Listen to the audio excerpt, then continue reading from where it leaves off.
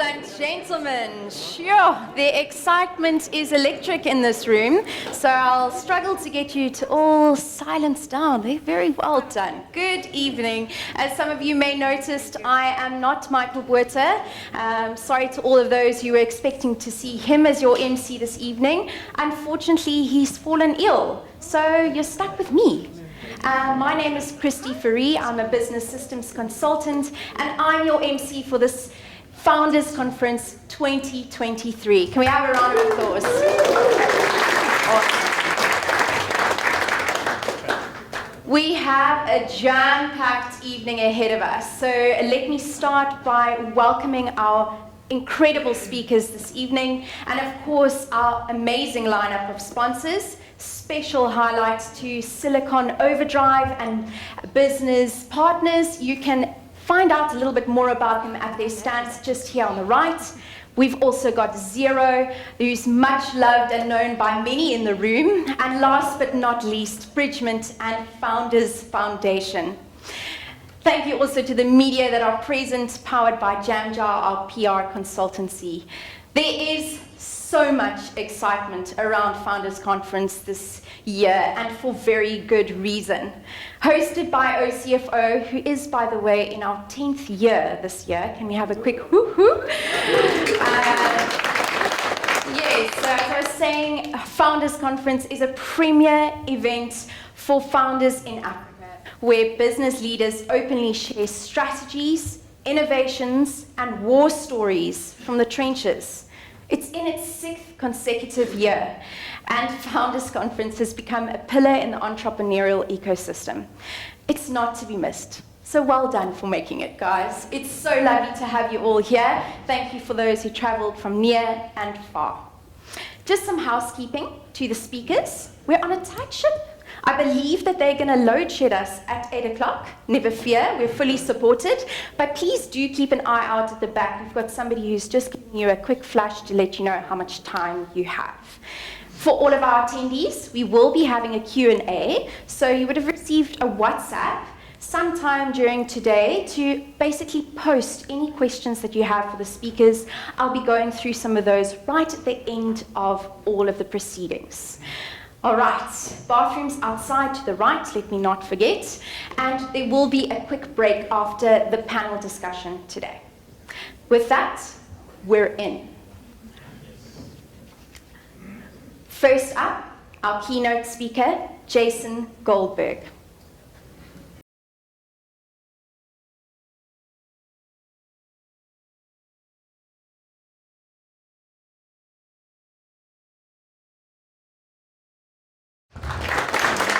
Good evening, everyone.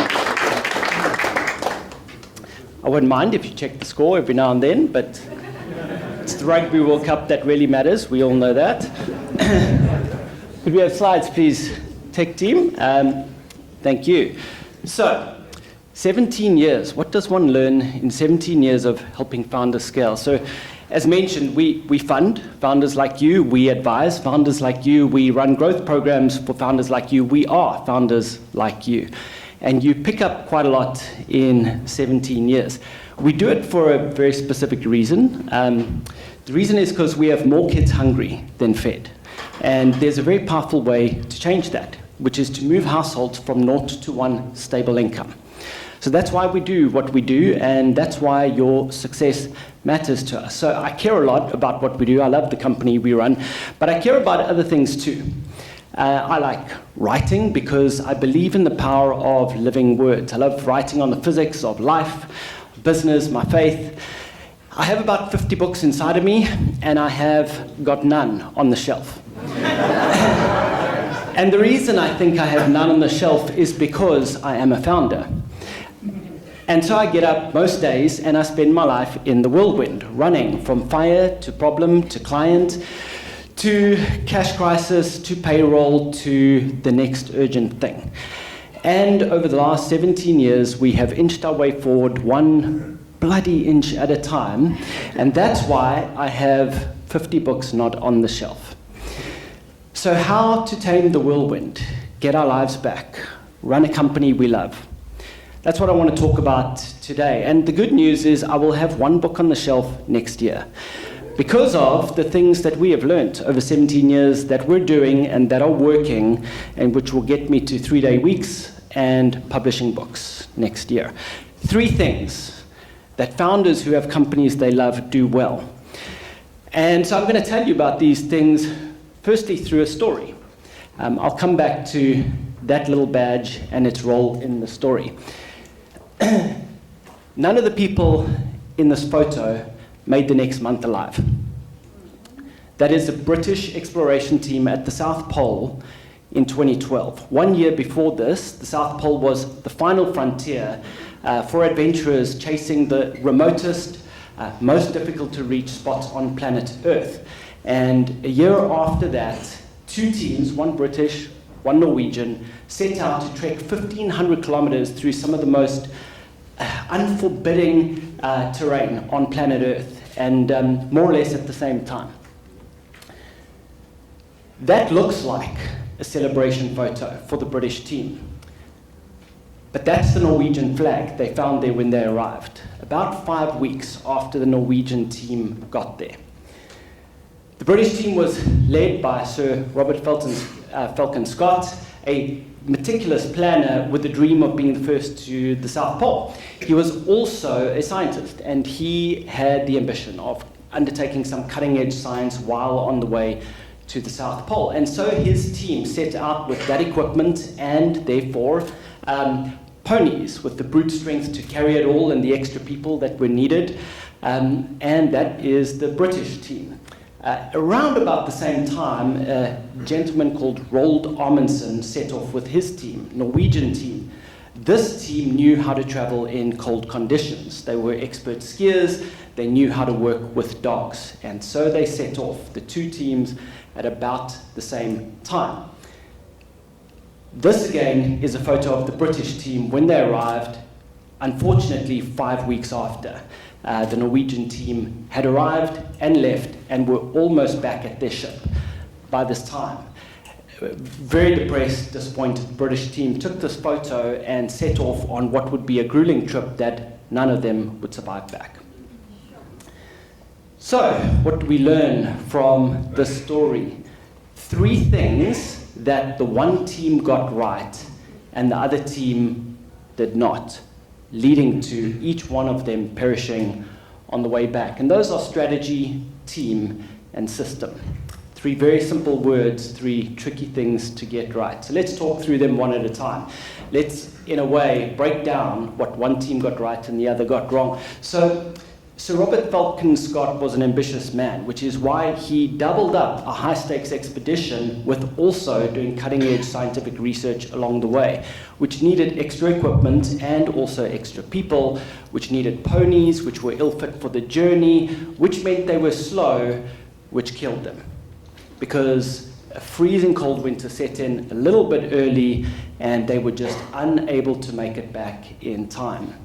By comparison, their Norwegian counterparts were singularly focused on one goal. They were going to make it to the South Pole, and they did. So the double-headed mission was at least partly responsible for picking the wrong team, because instead of dogs, they picked ponies with more strength. Instead of purely a set of expert skiers, they picked also a couple of scientists, and that is why they had a mixed bag of a team. And that is why they were slow. And that turned out to be life and death. By comparison, Amundsen picked only expert skiers who knew how to work with dog teams, and they were fast, and that saved them. Thirdly, system, particularly operating system, by which I mean the habits of the team and how they work together.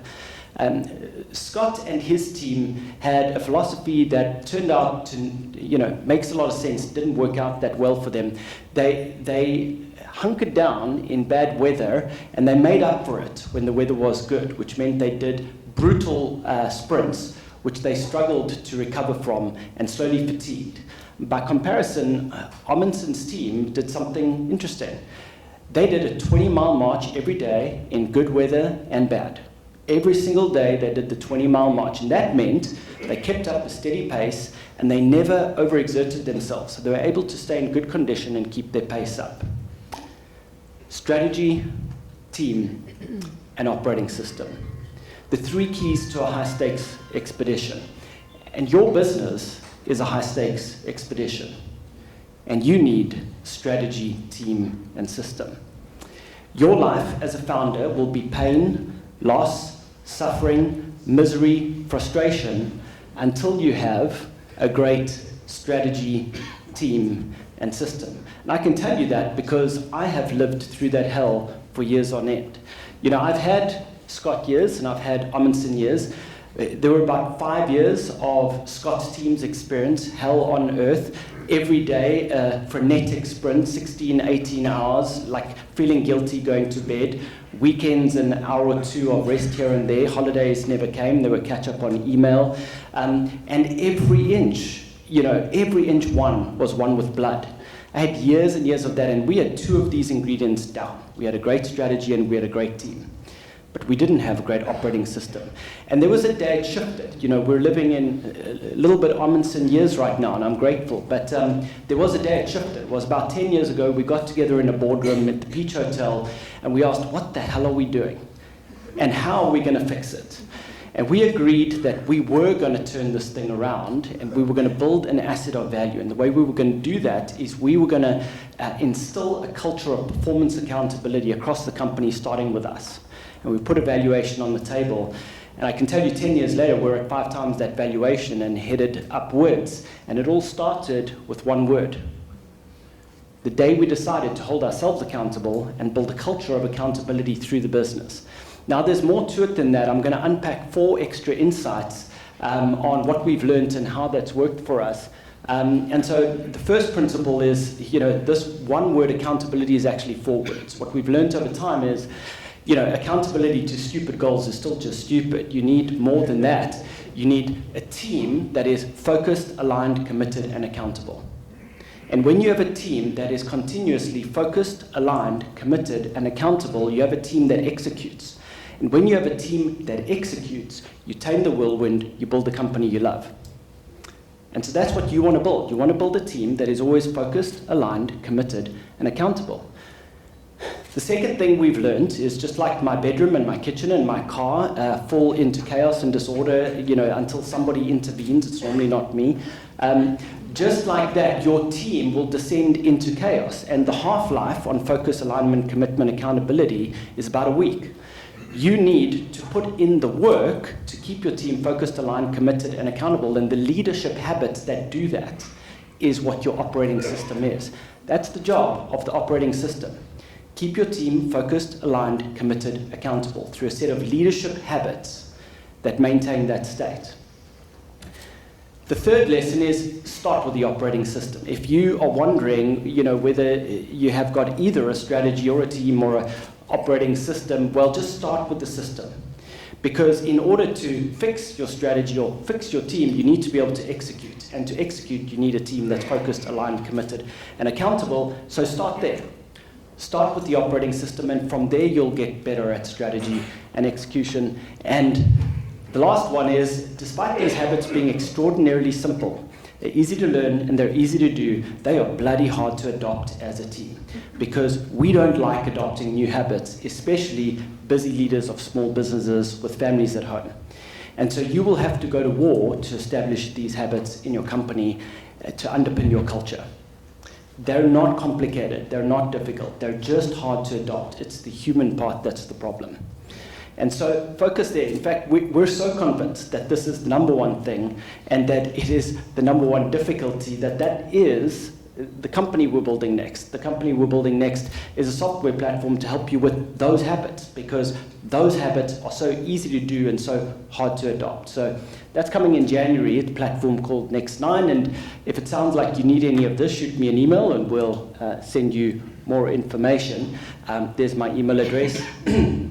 So, strategy, system, and team. It's what you need in order to have a company that tames the whirlwind and becomes a company you love running and helps you get what you want out of your business. But start with the operating system, because that is where you will build the platform for your leadership to help your team function and feel like a winning team. That's me.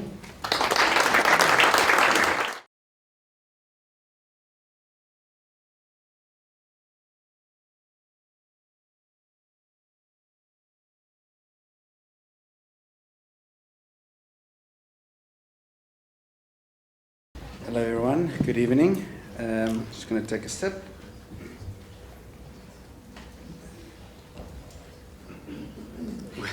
But these things, if you have hair, it's nice to see that. The other guys usually you don't know you're turning bald, and then you see a video like that, like, oh shit, I'm bald. Anyway, it's got nothing to do with my speech. Nothing. All right, there we go. I'm probably one of the few people in the room that actually would like it to be COVID again. If this was an online event, I'm someone that stutters a bit. If it's an online event and I speak, the people on the other side just think, oh, there's something wrong with the internet. But when I'm here, I can't hide. But yeah, so thank you for the opportunity. We can start with the slides. There we go. See if this works. So the question, why do we back entrepreneurs in South Africa? And I've only got 9 minutes. And that's a very difficult question, right? So I spend the last couple of days thinking, what am I going to tell you, right? So let's start. And then I thought, okay, I can easily speak about business partners for longer than 10 minutes. That's specifically what we do. We've got a very core and specific focus on only providing finance for SMEs. That's the only thing that we do. And I can talk a lot about that. And then I thought, okay, well, I can talk about a lot about our history, right? So we started in the early 1980s, and I can go into a lot of info on our stats. Since the early 1980s, that are some of the stats that we have accomplished, which is quite impressive. And then you say, okay, but what have you done recently? And I can talk a lot about the last 18 months. This was financial year up until the end of March 23, so I can talk a lot about that. And then I thought, okay, well, what else? And then I thought, okay, why do we do it, right? So you start thinking about entrepreneurs. Spent last night going through the GEM report again, and there's lots of stats. And I thought maybe I can share on that and all the nice stuff about job creation and making a difference, you know, and entrepreneurs and their intensity and their passion and their drive, and I can talk a lot about that. And I still wasn't convinced, and then I thought maybe I can talk about, okay, how do we finance entrepreneurs, right? And now I've got lots of slides. I can tell you, if I go back, I can tell you a lot. We finance from 500,000 to 50 million. I can talk about our 100% commercial property finance. I can talk about our energy fund, specifically providing cost-saving solutions for load shedding. I can talk about that. I can talk about equipment finance. I can talk about short-term finance. I can talk about our mentorship and technical assistance. And then finally, yesterday afternoon, I got invited to a client function. And I thought, okay, I'm going to spend rather my last 5 or 6 minutes on talking about that lady in the middle. Tani Ramhan is what we call her. So she's an existing client. And she invited some of us to a function yesterday at her house. She stays in Mowbray. There was probably, my colleagues here, there was probably like 80 people. It looked like a wedding function. And everybody was there.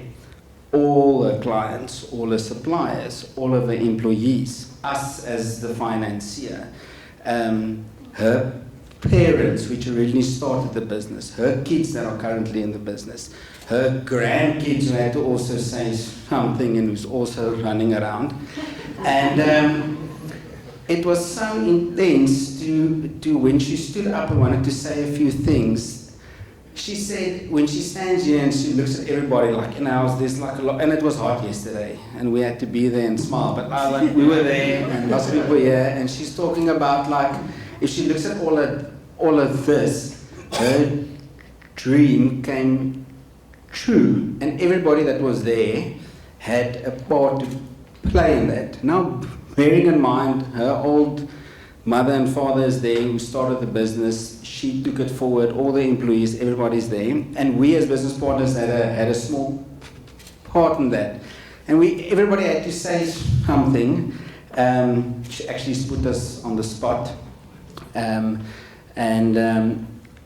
So the few things that I could say was, if I think about her, and I can't share the information due to copyright, but the entity's names, we obviously have a client list, and whenever I saw the names, so when I started Business Partners, I inherited her as a client, and whenever I think about her name, I get scared. And you would think, why? Okay, so when I started, I was still a fairly inexperienced investment officer, and my colleagues told me, "Pas op vir Tannie Raman, you better be scared, you know. She'll put you to the curb. You have to make sure everything is good and proper, but be careful, right?" So in the beginning, I was very scared.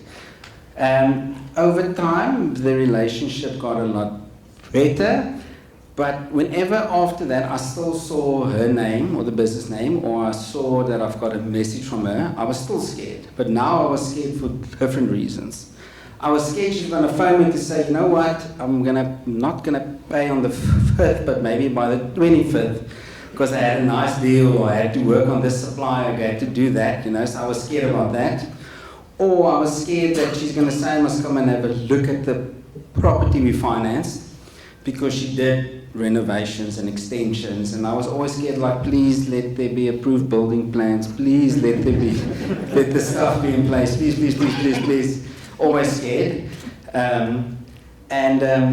But now, at the end, she's still a client, but she's not going to be a client for a very long time anymore. And now I'm still scared, because she's not going to be a client anymore. She's not going to, every year around this time of year, she comes to our office. She makes amazing food, right? I'm not going to taste the food again. I'm not going to taste the cookies she makes. So every year she brings it to the office. She spoils everyone. Even though she can't remember everybody's name, she say, this one and that one. And Renee, you have to give her the cookies. And what's that lady's name with the long hair, the beautiful one that always likes my food? You must please give her the stuff. And she's been such an ambassador for Business Partners, right?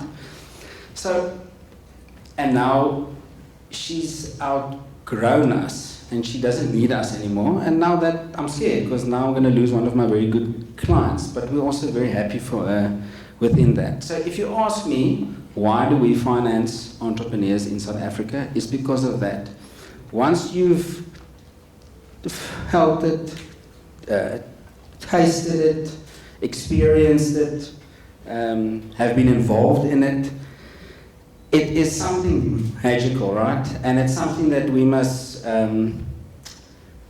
really foster, and we must spread the good news. I mean, we can really, at this day and age, we can be very negative, but really to make the decision to be positive about entrepreneurship, be positive about South Africa, and really, I think this evening, for all the entrepreneurs in the house, stay committed, stay focused, don't lose hope, and just don't stop. Really, don't stop.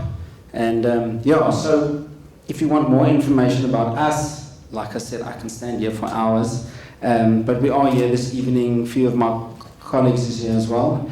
But enjoy the rest of the evening, and thank you very much for the opportunity and the time.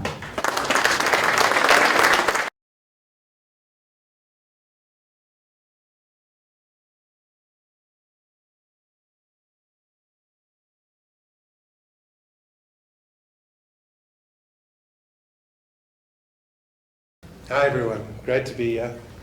As introduced, Ross Davey, Business Development Director. I'm going to share some information about AWS funding. There are a lot of programs, so I'm just going to focus on the ones that might benefit you as founders and startups. To give you a perspective on that, I think AWS has 80 funding programs. The key funding programs for startups, if you want to leverage it, I'm just going to start the slide. Yeah. There's quite a few, as you can see. Just a show of hands, if you don't mind. How many of you are leveraging cloud already? So it's quite a lot. And how many of you are already leveraging AWS? Okay, fantastic. Okay, so some of you will already be aware of Activate.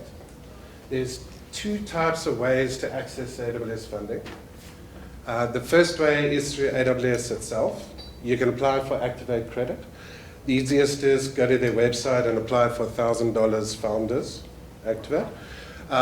It's valid for 2 years. Once you consume that, you can come to us or other AWS partners. We enable for another $5,000, valid another 2 years. Okay? And then if you're part of an accelerator or VC, those Activate codes go up to $100,000. Even if you're not part of an accelerator or VC, if you got ML or AI workloads, you can apply through the Intel NVIDIA program for $100,000. Just very important, we work with a lot of founders. The 1,000 code is only valid a year. It cannot be extended. So if you're not going to consume AWS services to completely consume the $100,000 in 12 months, just redeem a smaller code. Okay? And then you'll get a longer runway on credits on AWS. We see a lot of founders who grab the 100,000 and they're ambitious. You know, everyone who's a founder's optimist. So, and then they don't spend the money and they can't extend it and they can't get bigger codes and they end up paying when they didn't need to. So there's two main funding funnels. One where the founder goes out and builds themselves and they access the Activate. Once they're built out and they're ready to scale, or they're looking for investment, or they're engaging with enterprise or corporate, and they need to show they've done technical due diligence or about to scale, secure and compliant, or they want to optimize their costs, then they leverage us for the well-architected framework review, which is basically technical due diligence. So that's the one funding path. If you're a founder or startup and your workload or application is sitting on premise, or it's on GCP or Azure or IBM Cloud, and your estimated monthly spend is likely to be over $5,000, you can tap a different funding program to migrate to AWS. This is called the Startup Migrate program. It's up to, well, it starts at $25,000 funding, and you can access either funding to offset your AWS spend and or for a partner like ourselves to assist you build out a secure, compliant, scalable environment on AWS, paid for by AWS. Okay. Behind that is another program called Jumpstart. That's for specific core workloads from AWS. So say you want to share insights with your customers, or you want to do customer retention or fraud detection, depending on what your business is delivering. Then you can access Jumpstart for AI, ML, serverless workloads, DynamoDB, IoT workloads. AWS then funds 50% of the partner effort to help you adopt those services. So it's not credits to offset your AWS spend, but instead of outsourcing and paying 100%, if you don't have that capacity or skills in your team, you can leverage a partner like us and that funding program, and your costs will be halved. Okay. Once you consumed all the startup programs and funding, and you launch additional workloads in the future, you can access what's called Migrate and Modernize funding, or MAP funding. So We work with a lot of successful startups. So Electrum, Payfast, Cellulant, those are large-scale startups. They can access a program called MAP because of the scale of their workloads on AWS. That's 3 years of funding from AWS. Okay. Migrate and Modernize is smaller scale funding. So if you say have a workload and you estimate it to be between $500 US and $5,000 US, we can access that program for you and help offset your AWS usage, or for a partner to assist you migrate onto AWS. SMAP is just a variation of MAP. I'm not going to go into that. POC funding, we'll leverage different platforms. You might be on GCP, you might be happy. Someone tells you about AWS and you want to evaluate it. As far as you're concerned, you're happy on GCP, no need to migrate. There is funding available from AWS to work with a partner to evaluate a specific service. There's no commitment needed. If you're not happy with what that service offers your business or startup, no problem. The funding's available, consume it. And you can consume it again and again for various workloads over time. So in essence, there are a lot of funding programs to support you as a startup. There are additional funding programs to support you when you become an SMB. And there's additional funding programs when you become an enterprise. So about 7 years ago, 8 years ago, we became an AWS partner. Our business traditionally is Microsoft, and we still have a large Microsoft team. We enjoyed working with AWS, and they're very customer focused, a lot of programs. So some of the startups we work with, they were bootstrapped, 2 founders, 1 founders. They were developing, the CEO, CFO, HR, everything. Some of them today are worth billions. So they've done really well, and they've all accessed this funding to become successful, leveraging AWS.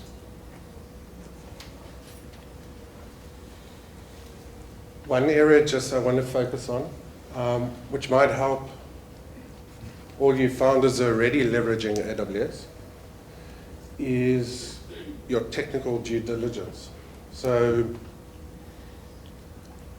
a lot of the startups we work with, once they start scaling, say at Quicket or Electrum Payments, they need to go to investors, they need to demonstrate to internal stakeholders, potential customers, that they've evaluated their workload, it's secure, compliant, it's reliable, there's continuity of services, their DR backup and restores in place, and they're efficient in terms of cost. This is where the AWS well-architected framework review comes into play. The important thing to note here is it's a best practice framework from AWS, 6 pillars: operational excellence, security, reliability, performance, efficiency, cost optimization. The effort from the well-architected partner is fully paid by AWS. So there's no cost to you as a startup or founder for this to be delivered. From the customers we work with, from say Standard Bank to bootstrap startups, they've all leveraged this. They've all got a lot of value out of it. The 3 pillars I just want to focus on, in summary, is security, first pillar. So we work with a lot of financial services, healthcare, insurance. In South Africa, we're all going to ensure POPIA compliance or GDPR. So there's often a burden on the startups. Resources to deliver this, they're really expensive. They're hard to hire, they're hard to keep. We can leverage the AWS native tools, like Security Hub, CloudTrail, etc. Or you can leverage third-party tools available on AWS, such as Trend Micro. And what happens is we run these tools against your environment, and it'll run a series of checks, and it'll give you a score out of 100. So a percentage score against GDPR, PCI DSS, HIPAA, depending on what industry you're in. And it'll tell us how to remediate that and improve it. At the end of the well-architected, we'll rerun that tool, and you'll get a scorecard which you can then show to stakeholders or investors, showing them your compliance in terms of whatever security standard you need to meet. So we can help you achieve 98, 100% compliance with GDPR/POPIA or PCI DSS, not a problem at all. In terms of reliability, we'll deliver DR backup and restore policy, so a detailed document, which again goes to your governments and governance, and you can share that with stakeholders. What we do is we do a discovery of all your services, make sure it's backed up, make sure it's documented, and you're able to recover from any kind of outage or unexpected incident. Cost optimization for startups. You might have credit, but you don't want to burn through it because that credit has value. When that credit expires or it's fully consumed, you've got to start paying for your AWS services. So a lot of work we do helping founders and startups is ensuring their workloads in AWS are efficient. A lot of founders come to partners once their credits are fully consumed, and now they have to pay. So they're under a bit of stress. They might be pre-revenue, and now this is coming out of their pockets. There are lots of ways to reduce costs on AWS and make it more efficient. If you're leveraging your standard lift and shift compute, you can put savings plans in place. So it's up to 72% less than on-demand pricing, which is your default pricing. If you're leveraging RDS databases, you can implement RIs. The main thing to remember is this will deliver a great result if you're leveraging AWS. It'll help you go to market, it'll help you scale. The partner will do all the work, and it's free cost to you. Look, I hope the information was useful. If we can help in any way, our services are free to startups, or it's funded by AWS when we help you. So we've got to stand here. Please just let us know, and we're happy to help. Thank you.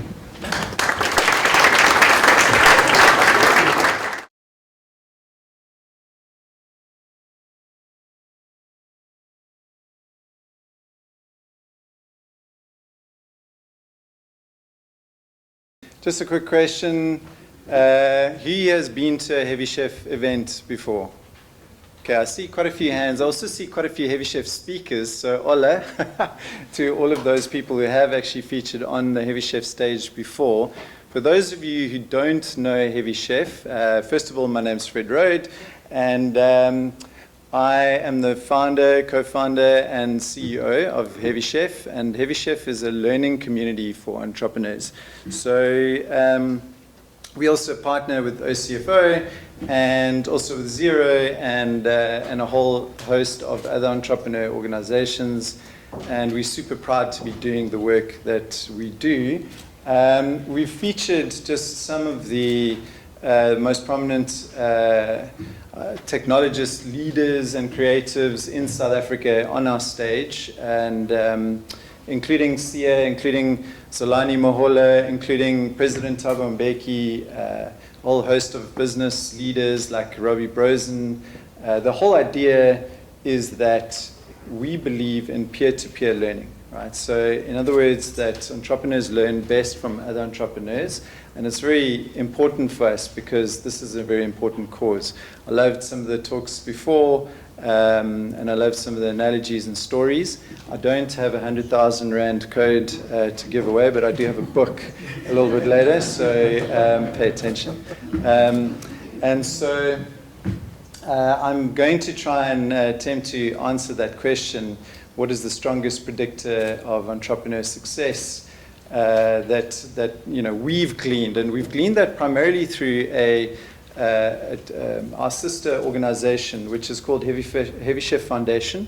And Heavy Chef, the PTY, I guess, is the learning platform, and that's where we've created over 3,000 learning videos, all the interviews with the the individuals that have stood on our stage, have spoken to our audiences through the events, but also who have a lot to share. And the name Heavy Chef actually comes from the saying, never trust a skinny chef. And the whole idea is that we want to create something that's a little bit more interesting than just, I suppose, the business academy or the entrepreneur school or whatever it is. So instead of courses, we call them recipes, and we have amazing people on our platform. If you're interested, go to heavychef.com and sign up. It's free. We've got individuals like Lo Barnard. We've had Andre de Vet, we've had Pierre Duplessis, we've had a host of people in this room who have shared their courses, their recipes on our platform. And we also, through the foundation, we do a ton of research. So I'm going to share a little bit about that today. The research we compile, we put it together in reports, and from the bites make up the recipes.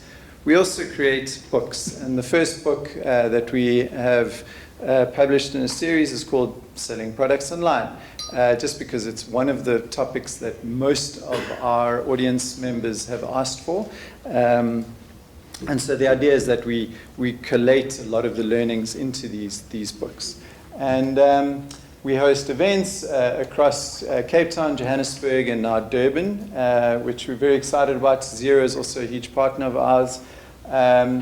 And with regards to the research, we've realized that this is really a treasure trove for us. We believe that entrepreneurs can change the world for the better. I mean, you guys, everybody in this room is part of a revolution. We're the bottom-up revolution. Obviously, if we're going to wait for top-down change, it might take a while. We've seen a lot of challenges just talking with, there were some of the people in the room here today that were with me in a meeting with President Ramaphosa, where we presented a bunch of ideas, and none of those ideas have come to fruition.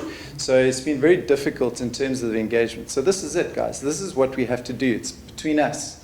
And I just want to share some of the insights. Basically, the research, which you can, by the way, go and freely attain at heavychef.org, not .com, which is where we put all our research. And we have all of the fruit of those interviews, those samples. That slide is actually slightly out of date. As of this year, we've done over 10,000 interviews with individual entrepreneurs, just trying to glean their insights on how entrepreneurs learn. And so we have, I see you.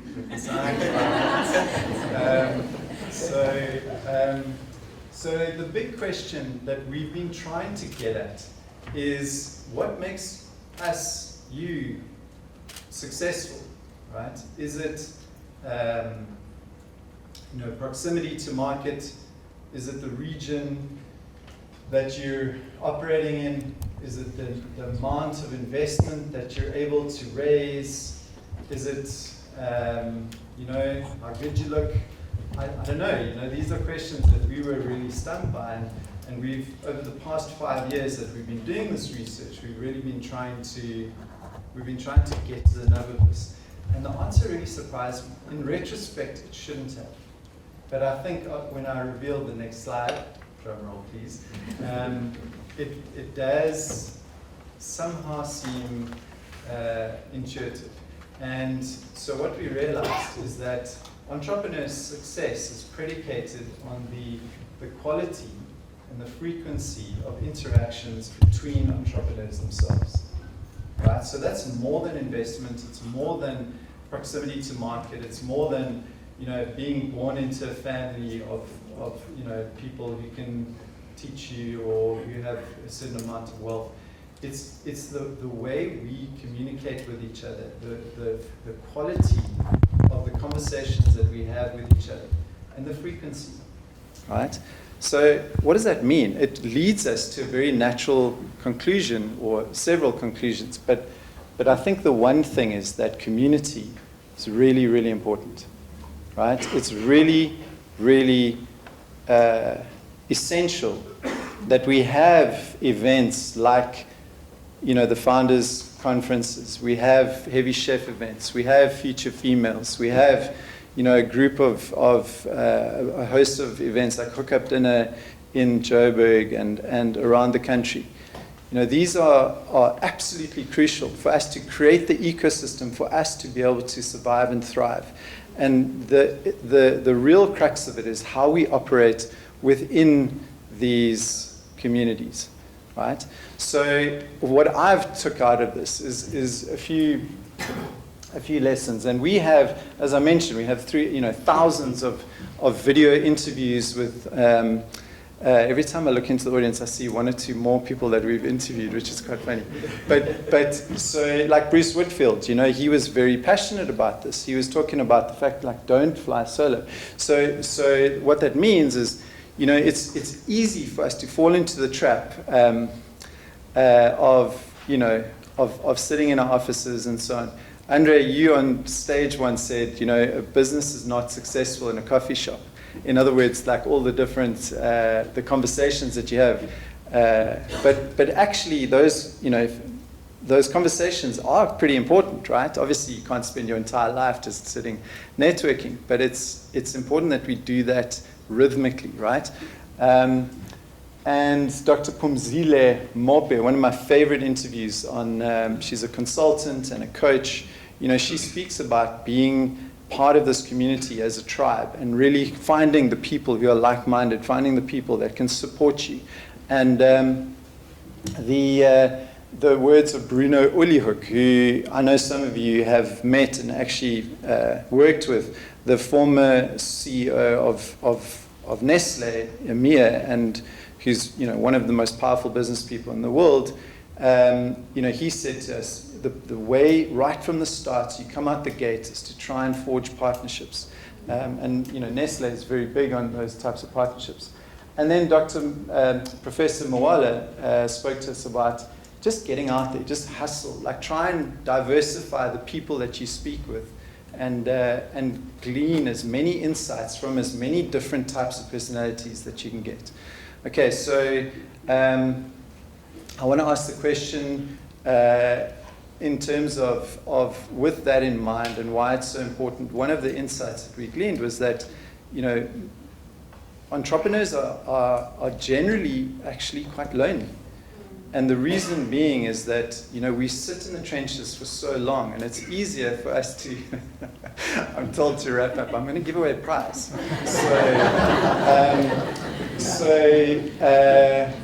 The question that I have for you, and it's kind of like a first hand up kind of thing, is in terms of how many people actually solopreneurs that in it's 10,000 people that we interviewed, how many do you think of those? What percentage do you feel is, we have a hand over there, is a solopreneur? 30%. Did you say 80%? 30%. So you're too low. Anybody else? Yes. 90. Okay, so you're too high. So it's somewhere in between. Yes, no. 60. 60. Yes, you said 60. I heard you say 64. She said 64.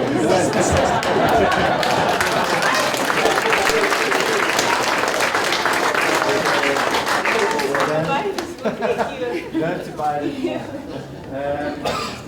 Yeah, so I just want to encourage you in closing just to get out there, find your tribe, don't fly solo, really kind of forge those partnerships with people, even in this room tonight. Go and introduce yourself to people. You'll be surprised by how friendly and how amenable people are to those conversations. I think everybody feels a bit anxious about this, but actually, if everyone is anxious as each other, we kind of cancel each other out. So just be brave, and say howdy. And this is how we're going to win in the bottom-up revolution. Thanks very much.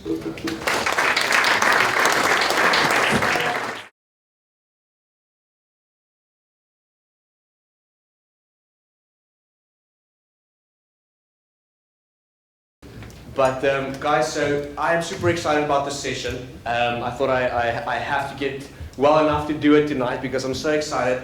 Out of a room full of brilliant founders and entrepreneurs and specialists, we've pulled out a couple of experts who are sitting here in front of you tonight, who are going to share all of their golden nuggets in the next 15 to 20 minutes with you guys. So we're going to chat leadership, we're going to chat strategy, automation, market access, funding, industry insights and experience shares, and we're looking to you guys for those golden nuggets. Are you guys ready? No pressure. Excellent. So maybe if I can just give each of you an opportunity, just tell us a little bit about your business. Rebecca, maybe we'll start you on your side.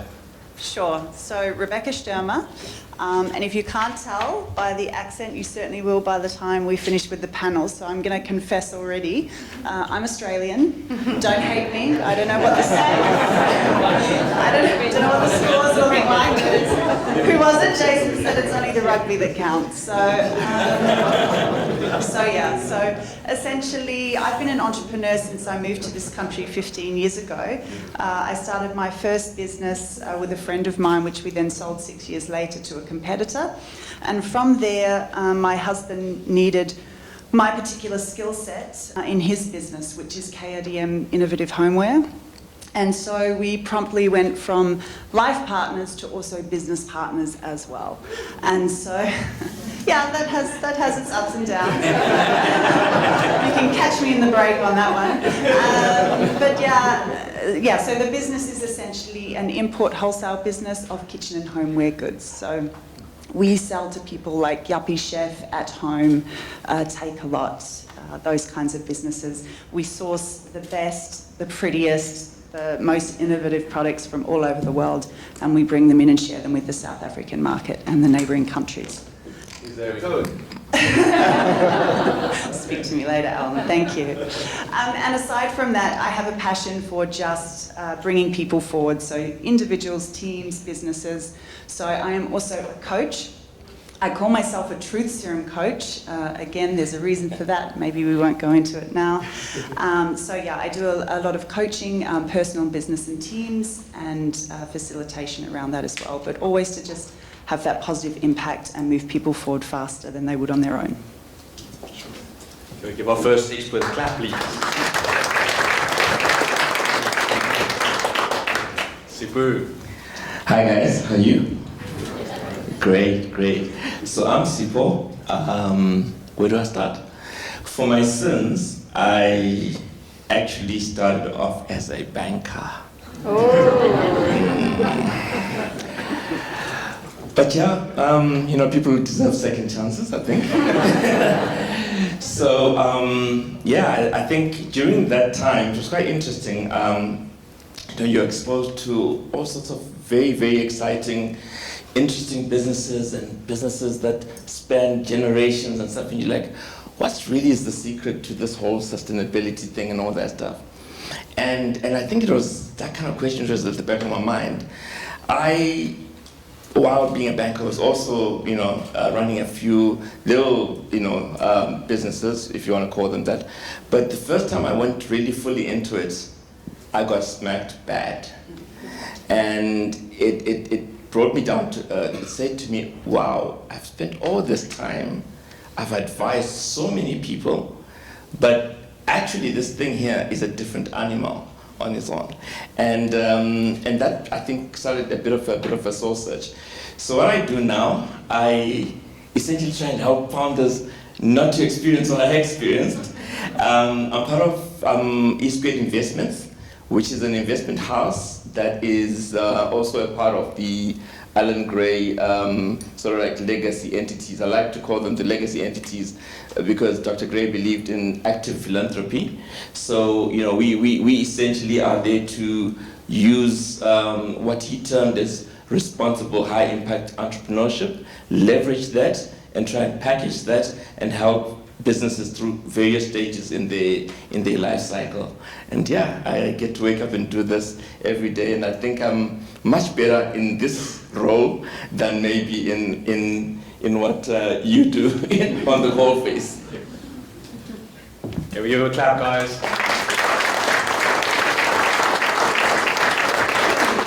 And thanks, Lo. Hi, everyone. Good to be here this evening. I'm Dan Goldberg. So my background is a little different. I came from the world of biomedical and electrical engineering. And for my sins, I ended up in banking and finance as well. So after a brief stint in management consulting, working in banking, consulting to banks and other corporates in South Africa and Nigeria, I sort of missed the technology side of things and the data science side of things, and decided to move on from that and enter the world of fintech. In 2016 I started Bridgement, one of the proud sponsors here today. And I started it with one goal, basically to simplify access to funding for small businesses around South Africa. And the way in which we've done that is through leveraging alternative data. We integrated with the various accounting packages like Xero, Sage, QuickBooks. Earlier this year, we were announced as Xero App of the Year, which is a pretty cool award to get. And ultimately, we've just made it really easy for businesses to access funding. They can apply by just connecting their financial data, no need for paperwork, no need for documents, and can access funding within 24 hours. That's a bit about us.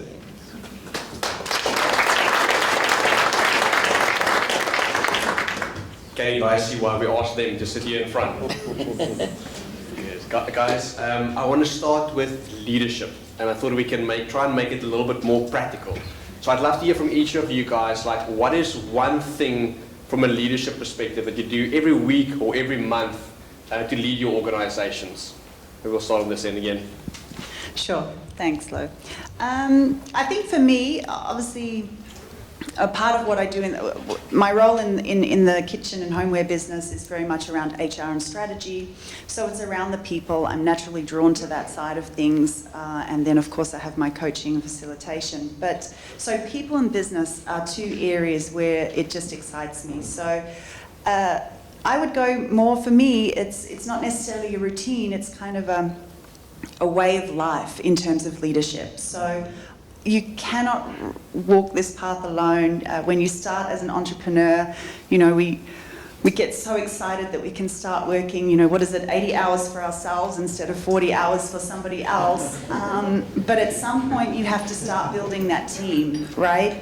And you need to develop those people, because your business can only grow as much as your people do.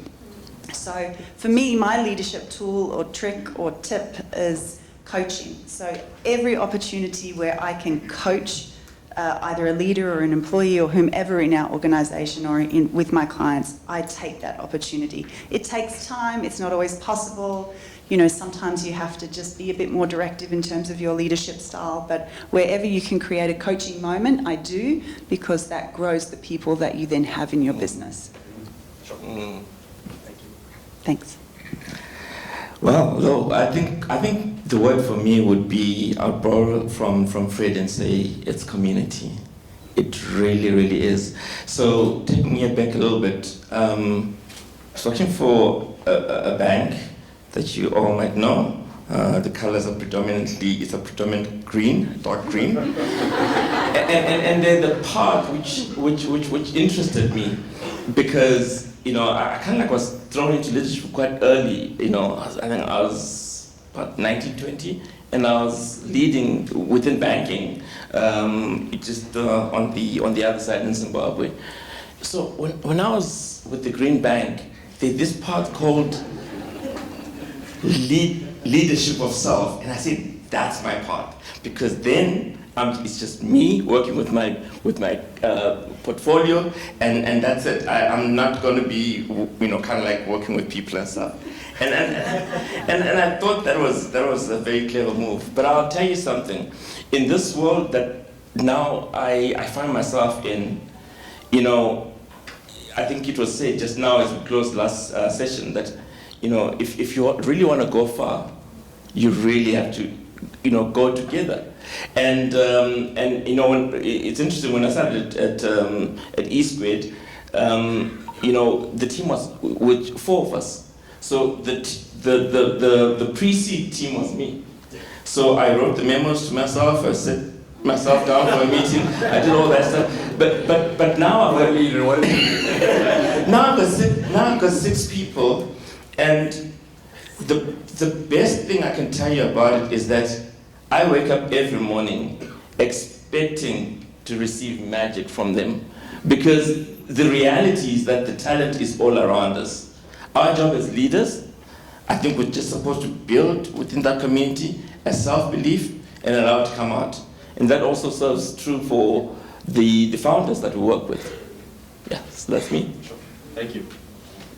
Yeah, so I think following on from the theme of community, in the early days of Bridgement, it was super important to me that the team was always aligned and fully aware of the goals that the company as a whole was working towards.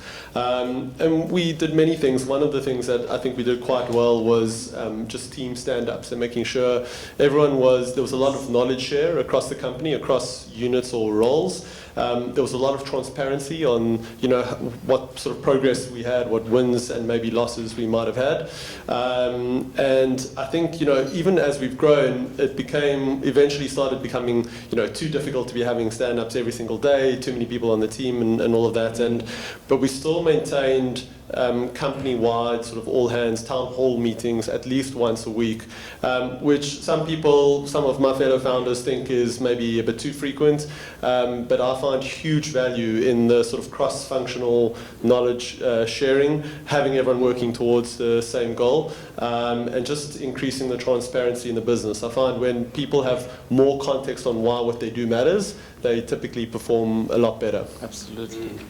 Thanks, Dan. Makes me think of that, the team that pulses faster, grows faster, thing that's in scaling up, that really, that communication, rhythm, and collaboration on a daily and weekly basis. Yeah, I think there's nothing like it. Thanks for that. Guys, so everyone here has a couple of areas of speciality that I also want to get into. So I've got one or two special questions that's going to each of my experts here in front. So Rebecca, strategy is also part of what you do within your organization, as part of what you coach. I'd love to hear from you, kind of like, what are some of the strategic rhythms or tools or tactics that you can bring into leading your organization? What would you say to that? Sure. So, strategy is all about working on your business. And as entrepreneurs, we find that very difficult because we often get stuck working in our businesses, depending on the different stages where we're at, but we often get entrenched in our businesses. So strategy is really important because it allows us to take time out to work on our business. But a strategy is not effective unless you know where you're headed. So you have to have some kind of vision, so some kind of end game. So in terms of strategy, we always when I work with clients, or certainly in our business, we really take time to vision. What does our business look like? What are we trying to achieve? Are we building a lifestyle business? Are you building a business that you're looking to exit at some point? Are you looking to disrupt the market? What is your vision for your business? Because you need to start with the end in mind.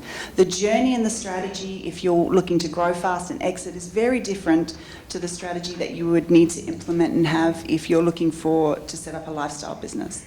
So definitely having that first. And then I think from there, I know it sounds really simple and maybe a bit obvious, but I work with entrepreneurs and I connect with entrepreneurs who sometimes don't even have the strategy actually documented.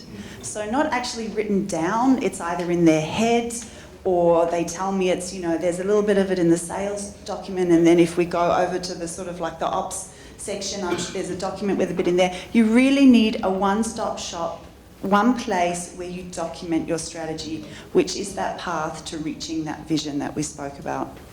And I think, that needs to be, put in place. And, there are various tools for that.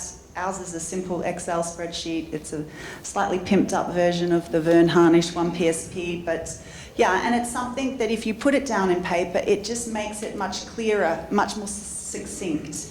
If it's in your head, it tends to be a lot more verbose and less clear, so getting it down in some way. And then second of all is really about taking that time with strategy. And in terms of rhythms, I'll talk about that at the end. We do one big one every year, but is really around zooming out. So not only do we want to work on our business, but we also need to zoom out of it sometimes. We often get embedded. We're we're very knowledgeable and soaked up in sort of what's happening internally and some of those challenges and issues, but actually zooming out and looking at the external environment. So really understanding what's influencing, what's going on in the market, what are some of the trends, what's the industry doing, what are my competitors doing, what does my ideal client look like this year?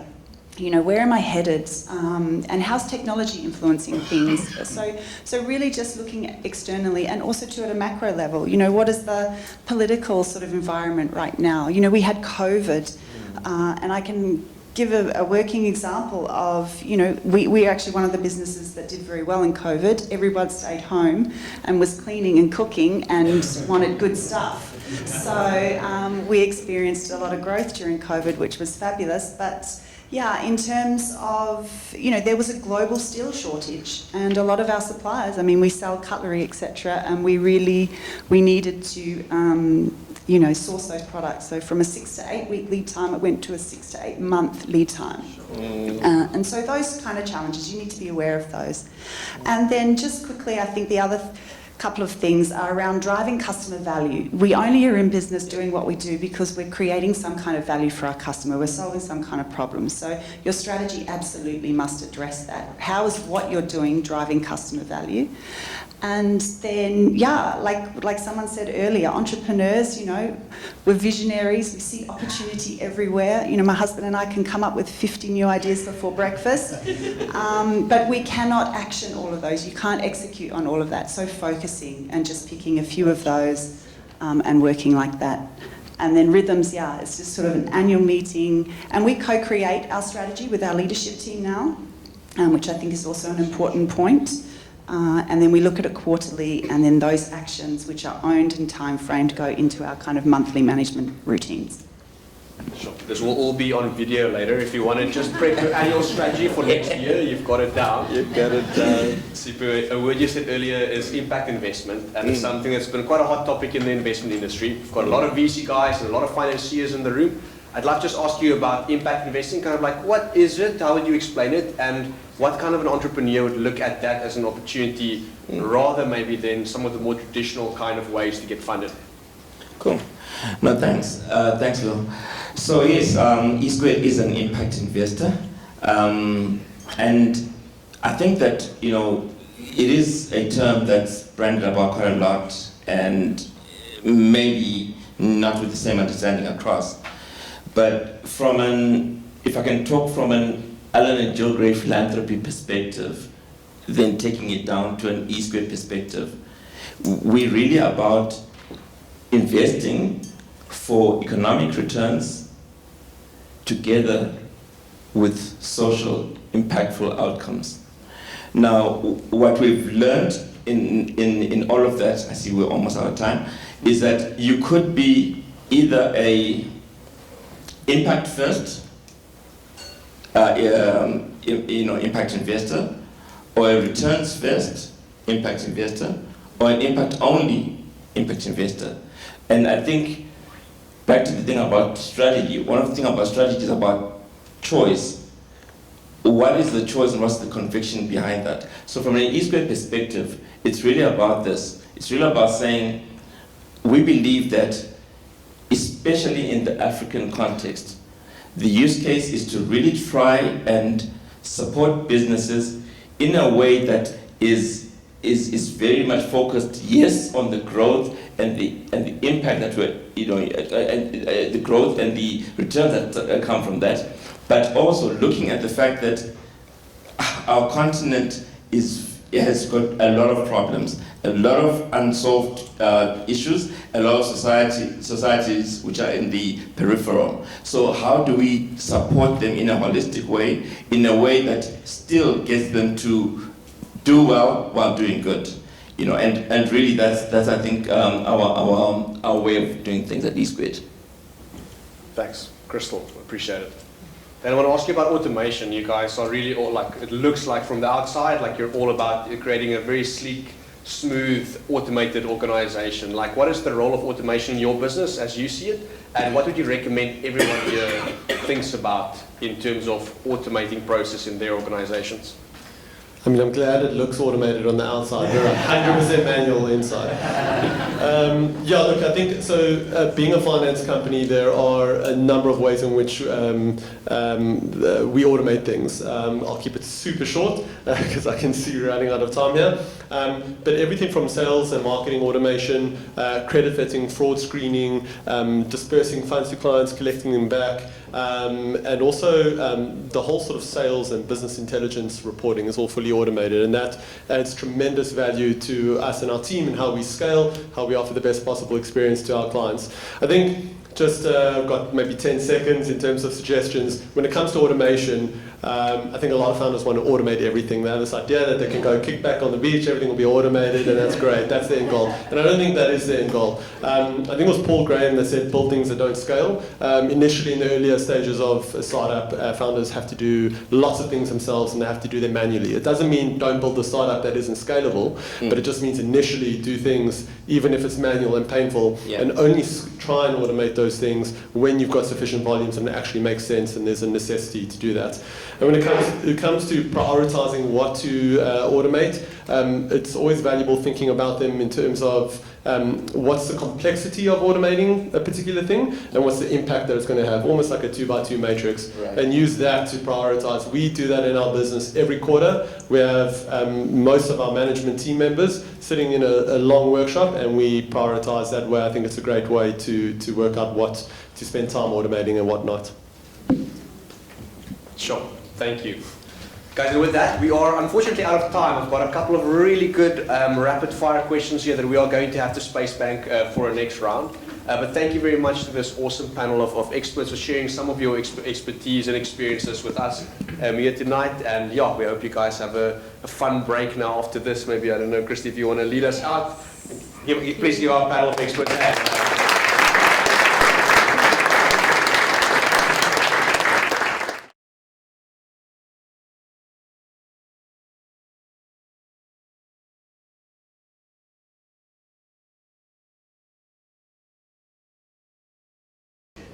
How's everyone doing?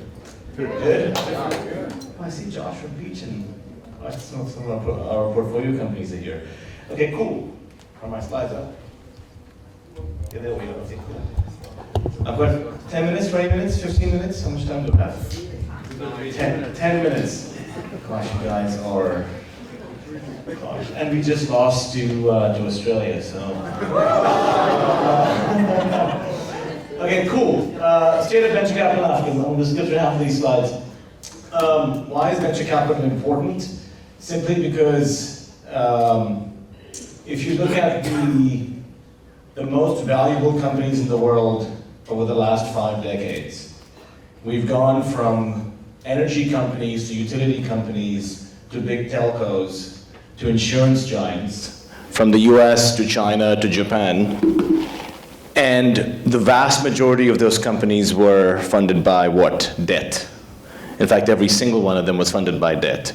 It's just in the last 15 to 20 years where that equation's completely changed. And the most valuable companies in the world today, in fact, out of the top 20, only 2 are not funded by venture capital. What do you think those 2 are? It's an oil company, Aramco, and the other one's an insurance company, Berkshire Hathaway. But apart from those 2, every single company in the Dow 40 is venture-backed. And then the question is, why in a continent like Africa are we still so reliant on expensive debt and infrastructure and asset finance to build the most valuable companies in Africa? So Africa has what a lot of people call a double arbitrage. So we've got about 20% of the world's population, about 6 to 7% of the world's GDP, but we only have 1% of the world's venture capital.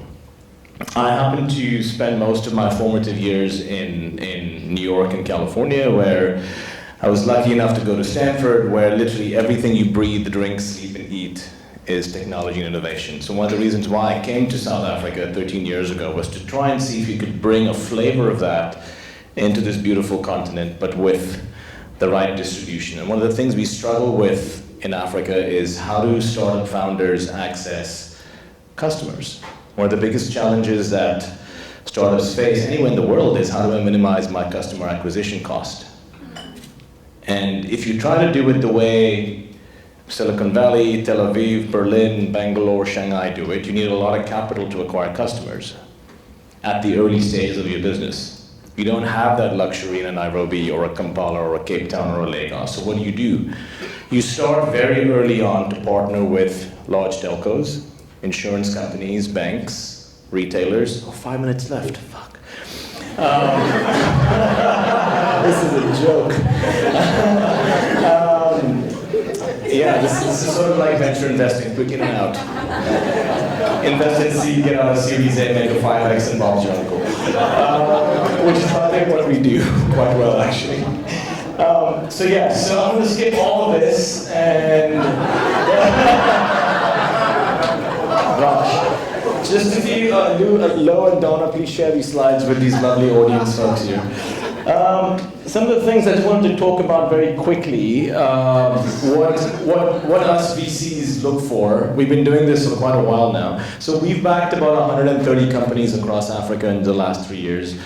Most of them are in, and we're sitting at about a 60% IRR. So there is something to be said about doing, working with, so the venture industry works like a relay race. You've got to have the early angel investors that take a chance in you and understand the importance of product market fit, problem solution fit, but then you have to go to the venture builders like the Founders Factories of the world, the Alpha Codes, etc., and then to the incubators, the accelerators.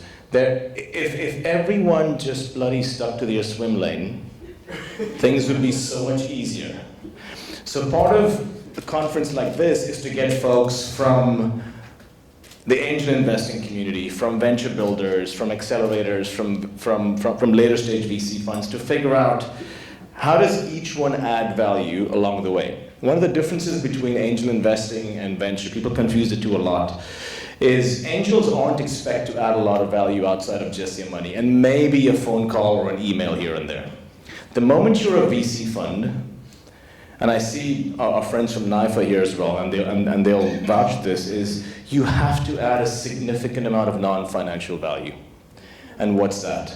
You got to help with POCs, proof of concepts, with pilots. You have to help with helping companies expand beyond their home markets. The reason why, South Africa is an incredible country, but it isn't the best from a venture scaling perspective. We've had a handful of companies in South Africa that have become global icons, but it's a handful, right? I tell the story of how, SnapScan's technology was far superior to Apple Pay, far superior. You could use SnapScan on iOS, Android, multiple devices, multiple OSs, but eventually the company just got sold way before it should have. Right, similar story with Yoko. Yoko is an incredible company, but they've been around for 10 years and they're only in South Africa. Right? Whereas if you look at what happens in Nigeria, you have founders that within 2 years of them starting a company are already thinking of Ghana, of Francophone West Africa. So you have to think beyond.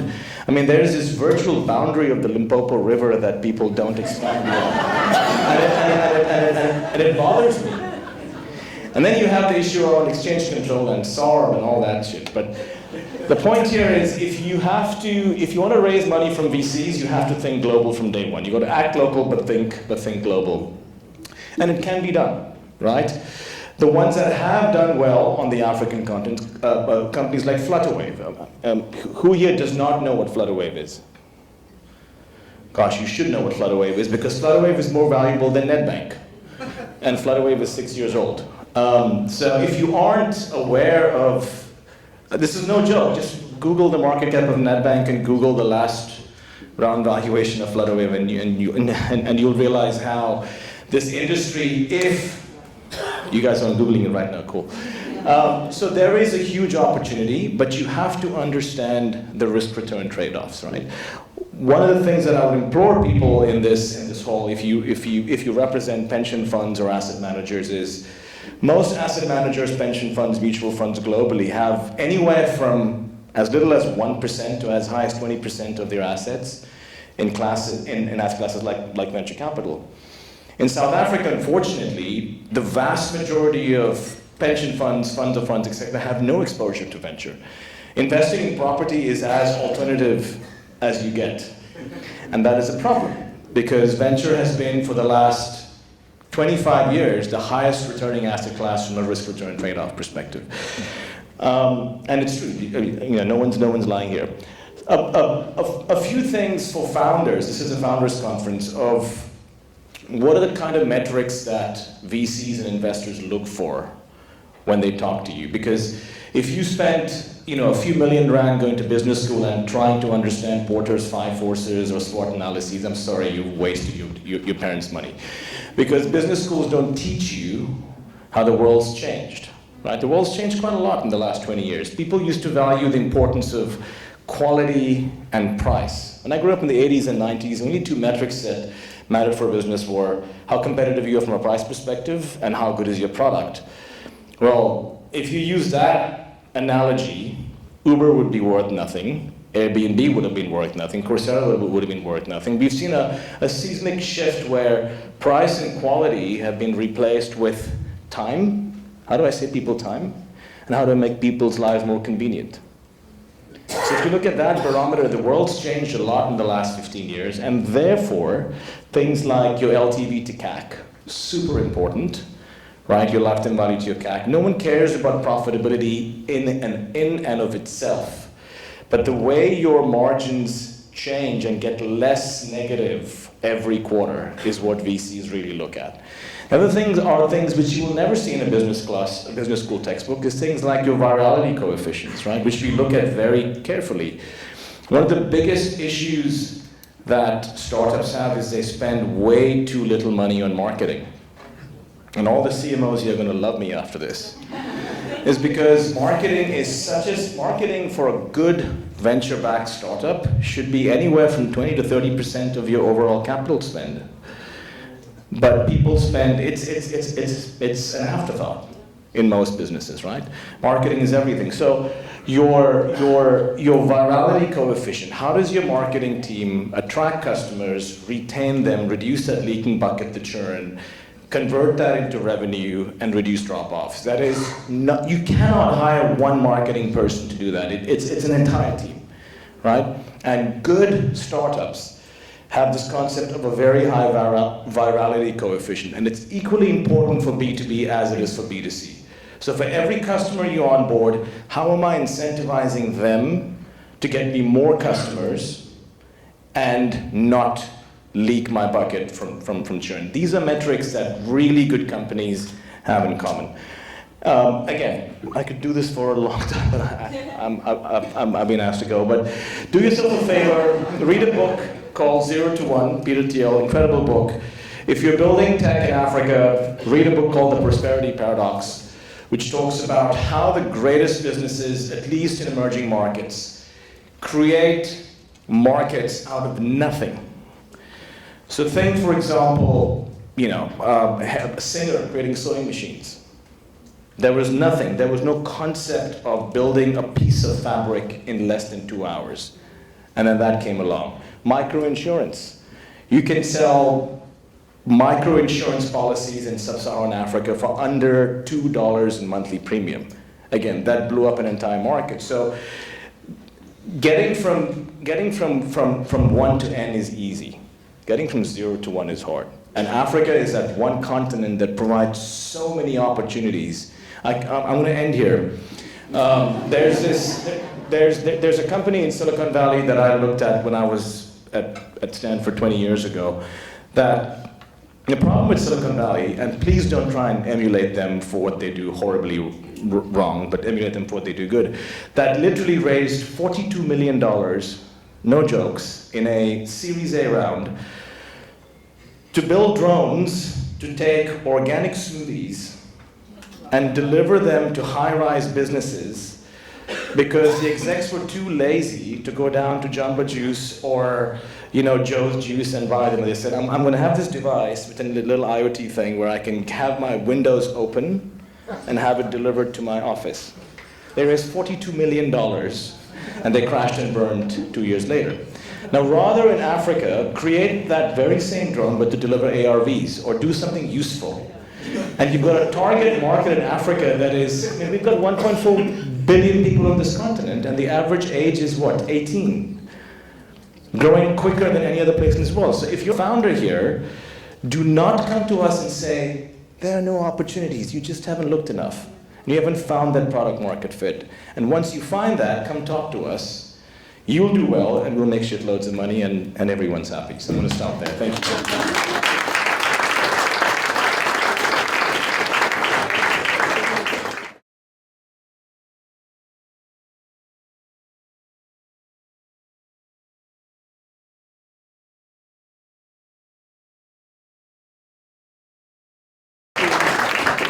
Hi all, and congrats to CFO on such an amazing event. The last time I was here was about 5 years ago, and I think it was like one of these sections, which is what I was expecting. So I'm here to, what Lo asked me to talk about was the journey of my company to listing. So my company is called Tremerton Capital. It's listed on the Johannesburg Stock Exchange. Our 27th listing anniversary is actually on Monday. And we're a bit of a dying breed. I just want to do a little test. Would you please, if you know what this is, put your hand up.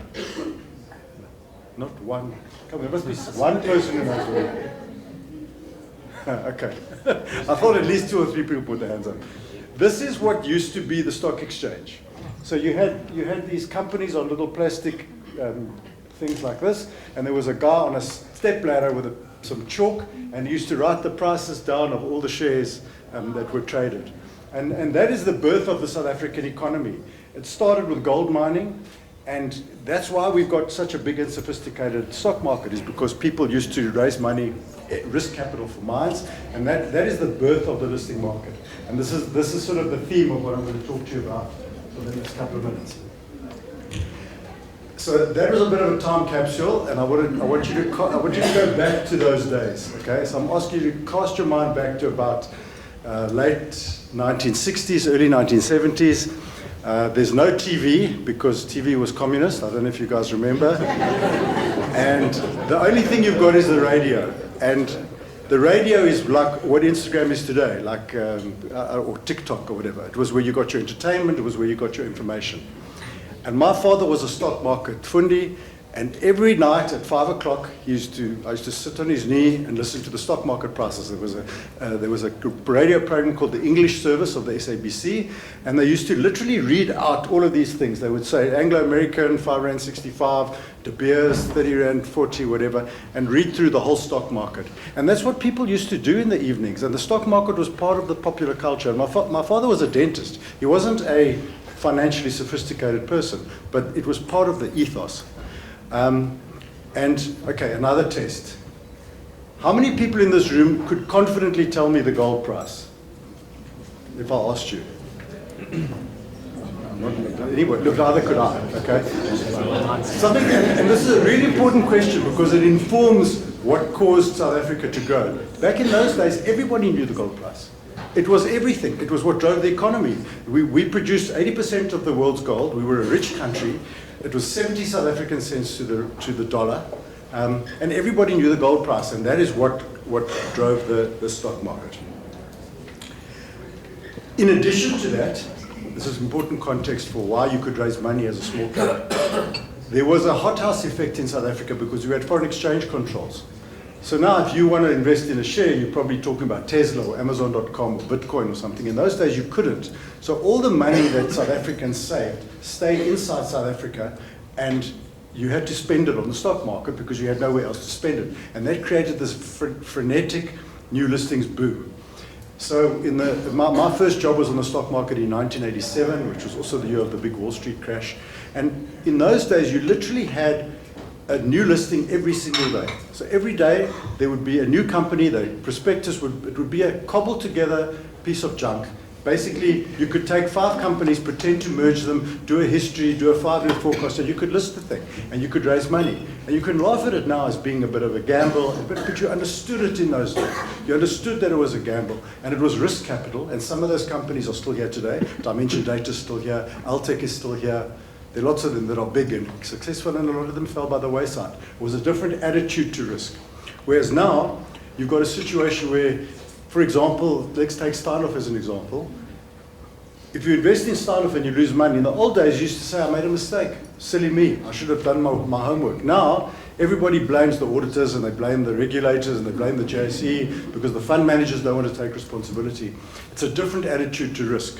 And that's made so my story about listing doesn't necessarily have a happily ever after moment, but okay, let's get there. Okay. So what happened with me is the company listed in 2005. It was a cash reverse listing. Tremerton was a cash shell, and we injected some assets into it. And then a few years later, I raised about 130 million rand from institutional investors, which was quite a lot of money back in those days, and started the Aria Property Group, which today owns the Riverside Mall and the Maynard Mall and some other nice shopping centres, some office blocks. We've got Club Mykonos, which is a holiday resort up the west coast. We've got a school business called Generation Education, which has bricks and mortar schools and an edutech business. So that capital was definitely the source of a lot of good economic growth. Today we employ, I think, over 1,000 people in the group. So it was fantastic. But it's a very hard thing to replicate, and I don't think you can do it anymore. So if any of you are thinking of listing your businesses, I'm actually here to tell you, don't, because it's very expensive, it's very cumbersome, and it's very difficult to raise money. There is a but, and the but is, if your business is going to be a 6 billion rand market cap business in a few years' time, then it's worth doing. Because then the institutions can't ignore you and they're going to throw money at you.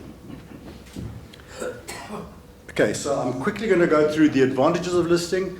The advantages of listing are public profile. If I buy a shopping center, I don't have to sign personal guarantees. My company can sign personal guarantees. And you get a lot, it's much easier to borrow money from banks because they can see your financial statements are interest audited.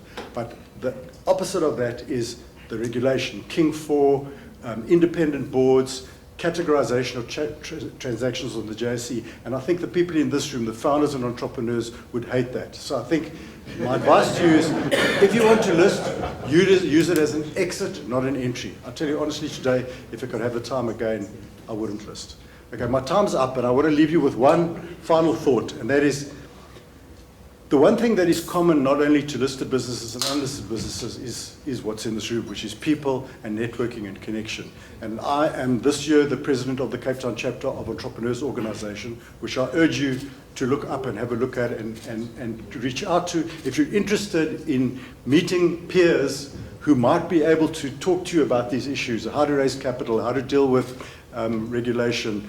You know, what happens if you haven't got any cash left, you can't pay your employees. You know, maybe it'd be nice to have someone to talk to about it because those are difficult topics. So thank you very much. I see Zach's in the room, so we're swapping place. Appreciate your time. Enjoy the rest of the conference.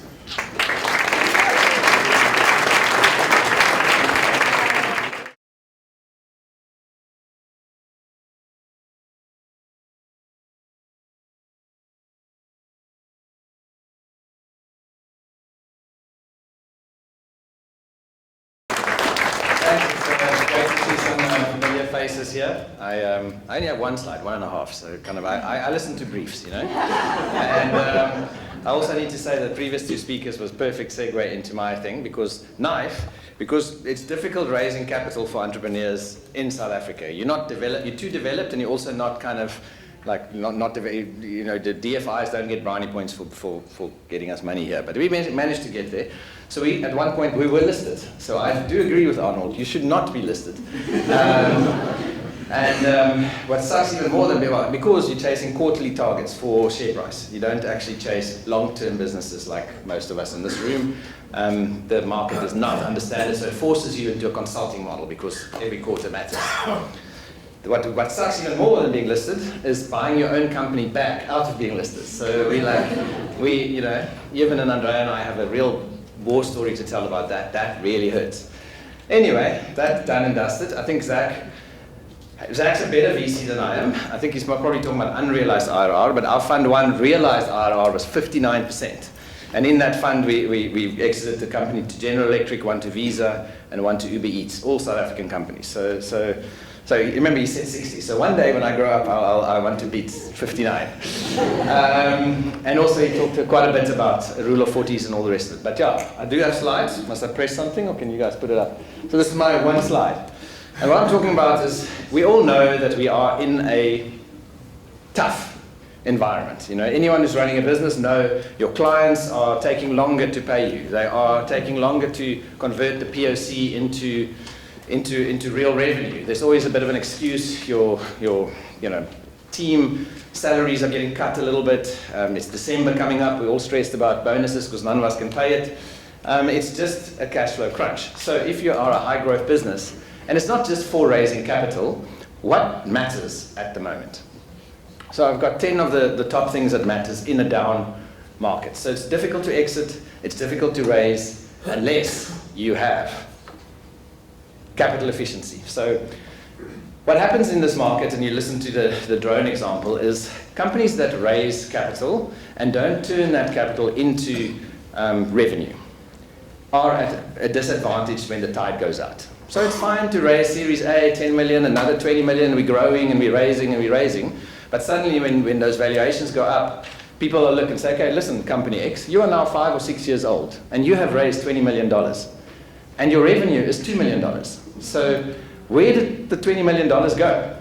And no, we've built this amazing tech. We're just about to kind of go like, wow. So you built tech that no one's buying. So you didn't invest in your marketing team and all the rest of it. And it's not because the VCs worry about this. It's because the M&A team of the acquirer that we're selling these companies to eventually, because we talked about don't list, also there's no IPOs really happening of tech businesses here. So basically, there's a lot of M&A activity, and I can give you a good presentation on that. But companies strategically grow through two ways, organically, but in a down market, they actually grow through acquisition. They say, shit, our innovation teams are not as clever as these startups, let's buy.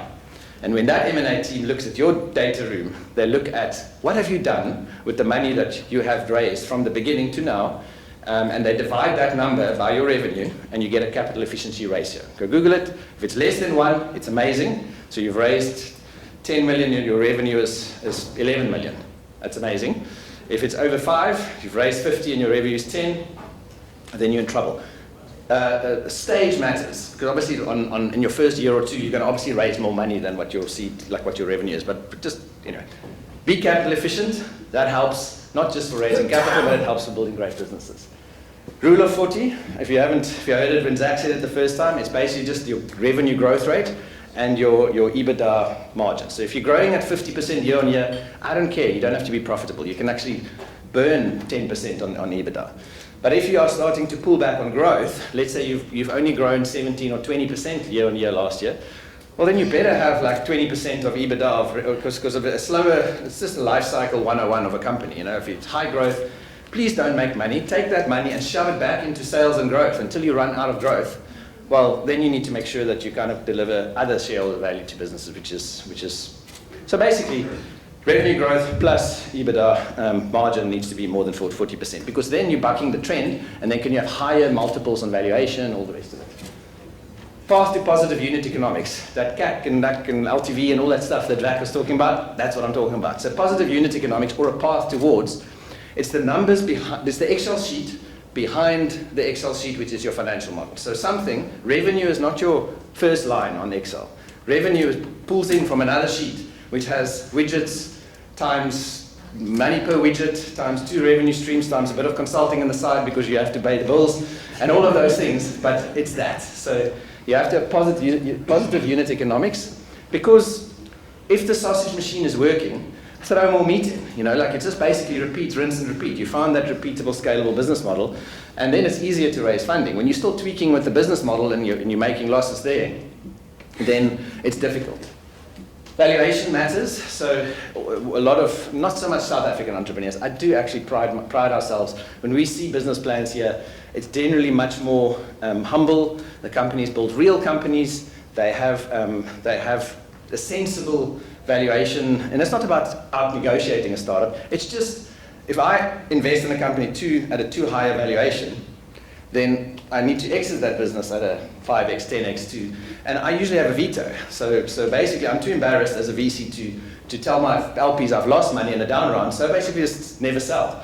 So that's why we have all these paper unicorns in Africa and not realized unicorns, because they're too overvalued, so no one's buying them for that value, because the M&A team and the potential acquirer is clever. They are clever oaks. I shit myself for those oaks.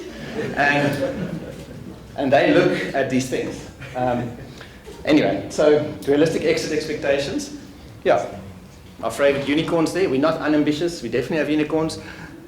But what can you really exit for? If everyone's going to build a unicorn, no. I mean, Knife Capital built a whole business on exiting businesses between $12 million and $110 million. And I'm quite happy as long as you invest 2 and 6 times money to 12, or you invest 20 and you make 100 and 100. So you just churn capital into the system back to investors. So have realistic expectations of an exit is a whole different topic on its own. But basically, every journey ends. Trust me.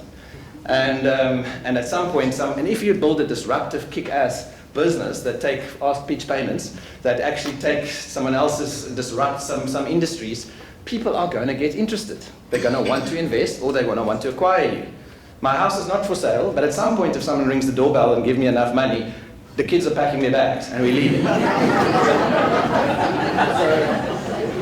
A team that can execute. So a team is obviously, back the jockey, not the horse cliche. But it's not about what the jockey has done. It is what the jockey is doing around capital efficiency, unit economics, and all the rest of it. And it's basically just jockey or jockeys. Execution. Large market, kick-ass product, execution, ability of a kick-ass product into a large market, rinse and repeat. So one has to show, Zach talked about momentum and about traction. One has to show execution ability, because next year's Excel model looks quite scary. In year 2, in year 3, in year 5, that hockey stick goes through the valley of death into craziness. We have to believe that you can do it. And why do we believe it? Because you've done it sort of with your unit economics to a smaller scale. Give me more money, I can. Durable customer base. Is there churn? Do they kind of leave you? Do they stick? Is your model a SaaS sort of repeatable model, or is it sort of every month you wake up, you have to start on the first of the month selling again? Or is it kind of a recurring business, revenue business like Akasha's business over there, or a few others that I know here? Basically, you can kind of bank your last month's revenue and grow from there. Product differentiation. Do you have a moat around that is difficult for someone else to just throw more money at it and go for it? So what differentiates you? What is the product market fit? And differentiated businesses that have little burn, so burn is basically how much money you're burning on a monthly basis. How much runway do you have left? Is it 6 months? Is it, when we get businesses as VCs of companies coming in and say, listen, I have to get the money before the end of December, otherwise, the business runs out of money and we have to shut down. I say, well, it's difficult for me to enter into due diligence, legal, all the rest of it and give you the money, and I want to go on holiday on the 15th, so good luck.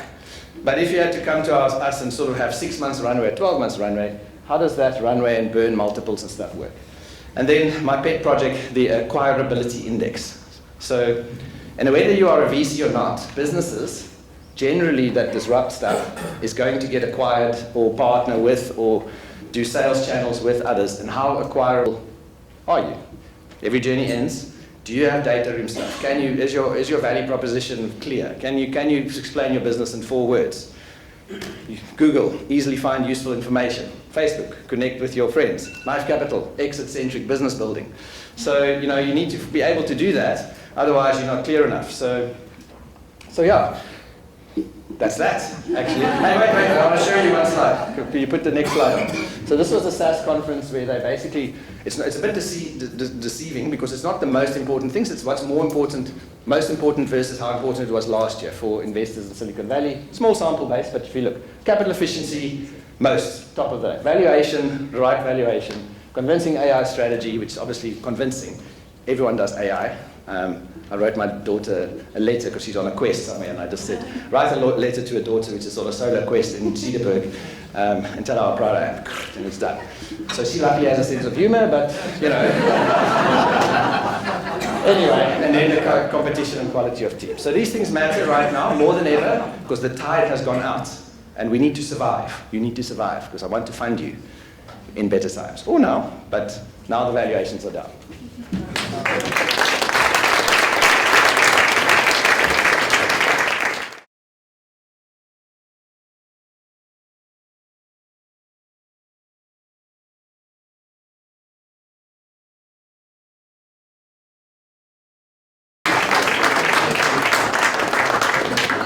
Thank you so much for inviting me, and thank you very much. I think I could actually leave now because I've learned so much. And the 3 key words that I'm going to take with me tonight, it sticks in my mind, as 1, community, my word, collaboration, and then time and comfortable. I don't know why, but it gets stuck in my mind.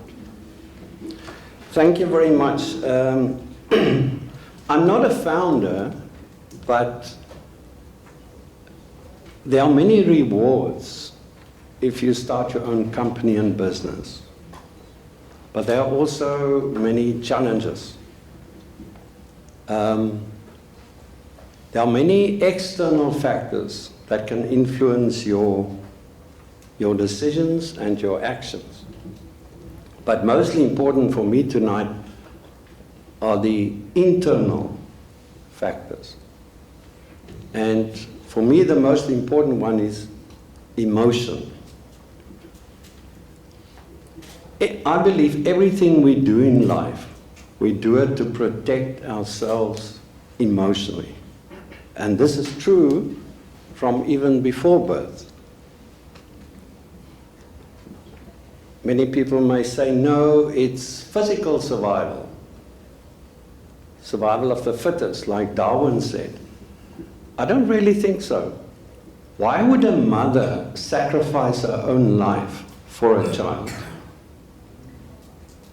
Why would you start a business or a company? Because you want to have success. I think partly it's because how you are going to feel if you don't do it.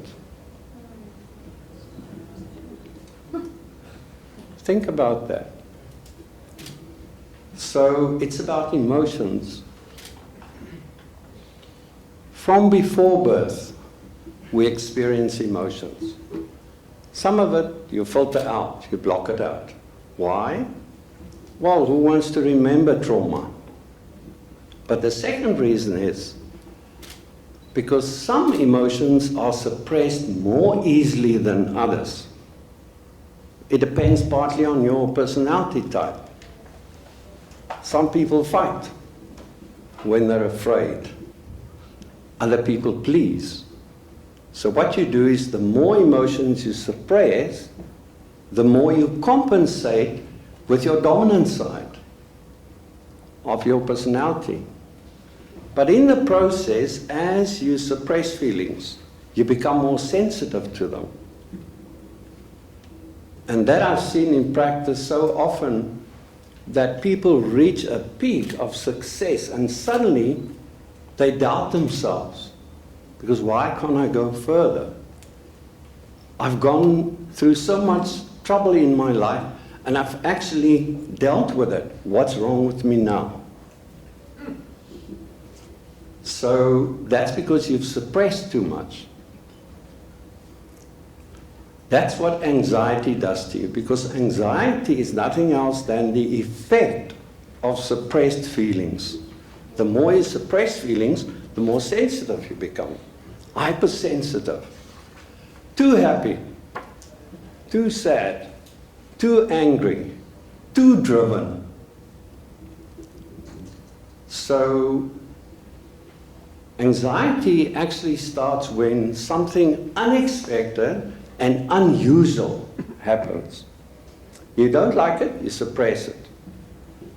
But now the brain is automatically geared in the limbic system to trip off with a fight, flight, freeze response. So now you want to prevent yourself from reliving that feeling. So we as human beings are very ingenious, other than animals. We think linear. So what we do is we think ahead. So now you want to anticipate what's going to happen so that you prevent yourself from reliving the past.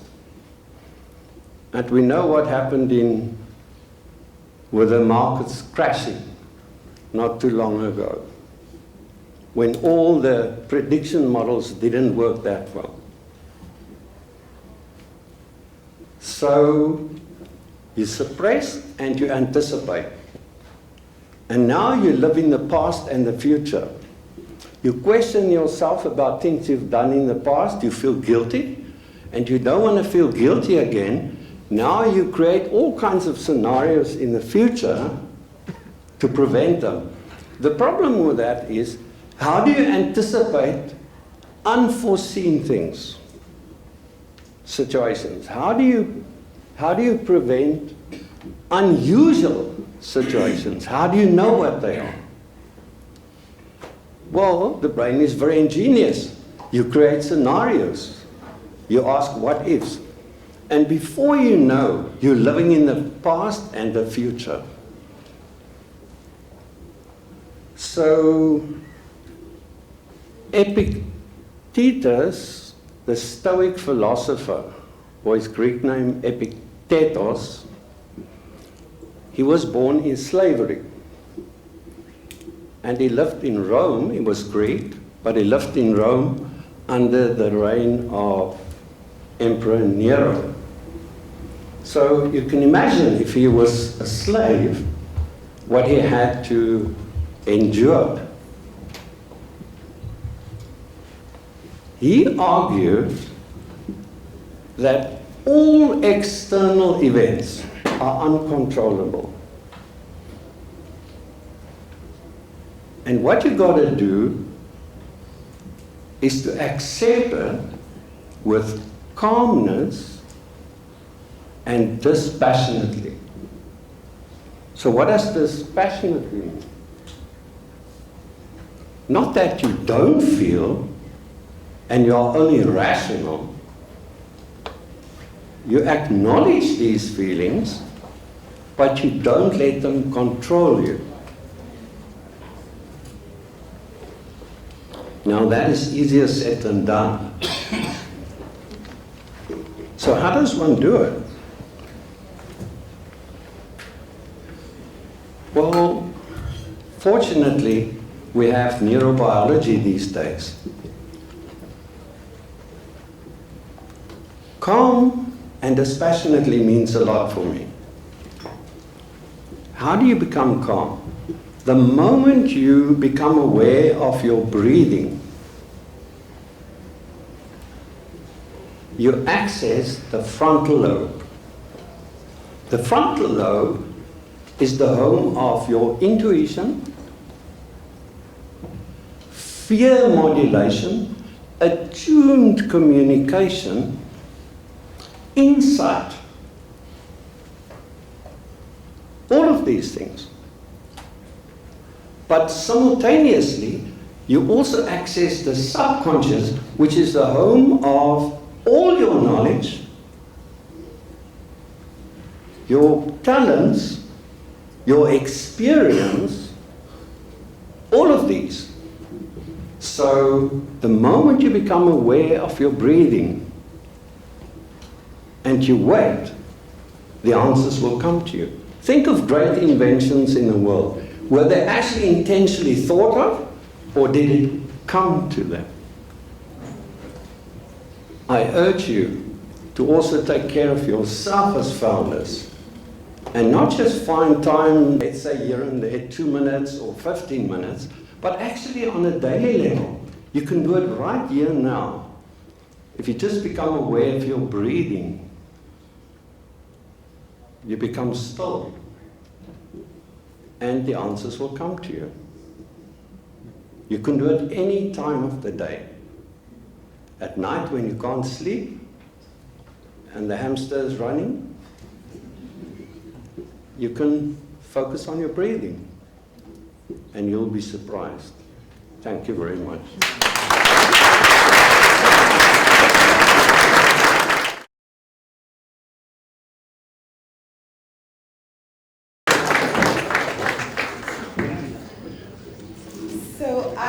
the best part of the evening tonight, which is presenting and giving honor and recognition to the founders and investors across industries. So get excited, guys. My partner asked me not to share a joke. I had a joke, but he begged me not to share a joke. So if you do want to hear the joke, come to me after. And then, all right. So the competition was stiff, and the judges struggled to pick their top 3 amongst amazing entrepreneurs and investors.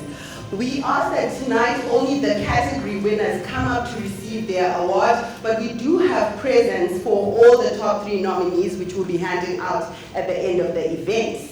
Okay? Guys, get excited! Okay, so first up, should I use this? Okay, so first up, we have startup of the year 2023.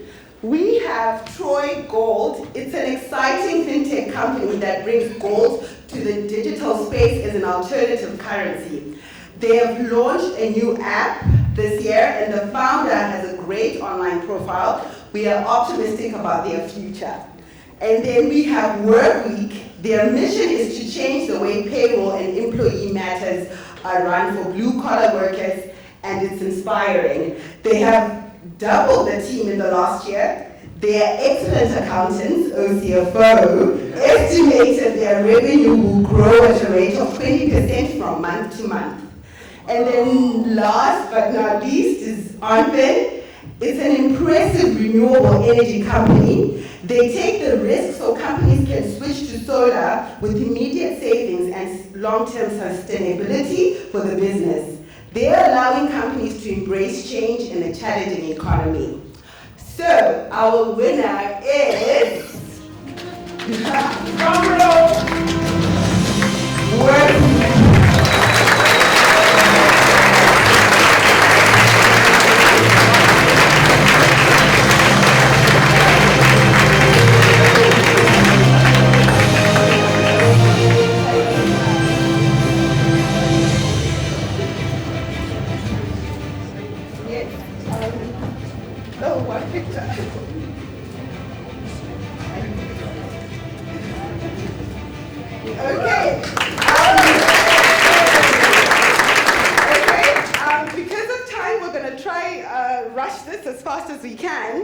Next up, we have Scale-Up of the Year. We have Peach Payments. They are providing an electronic payment solutions to merchant and online businesses. They have grown massively, and coming from accountants, that means they've grown astronomically. They have raised an impressive $30 million in the last few months. They will be doubling their 150-man team to 300. And their founder, Rahul Jain, is truly an inspiring leader. And then next up is Sea Monster. We are excited about their international expansion. It's an award-winning impact game studio that provides world-class game design and development services. It's a very innovative company with a clever and creative founder. Next up, we have Engage Video Group, an exciting tech company that creates high-performance videos for the social web. The company has been consistently growing under John's watch, and the judges absolutely love their work. So our winner is Peach Payments.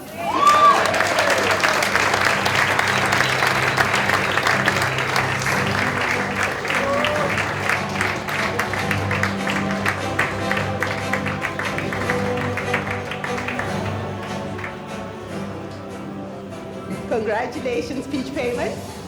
And then next up, we have Best Early Stage Investor of the Year. We have E-Squared, which is a favorite because of the multiple seed round investments they have made in South Africa and their ambitions for the rest of the continent. They're definitely an investor to watch.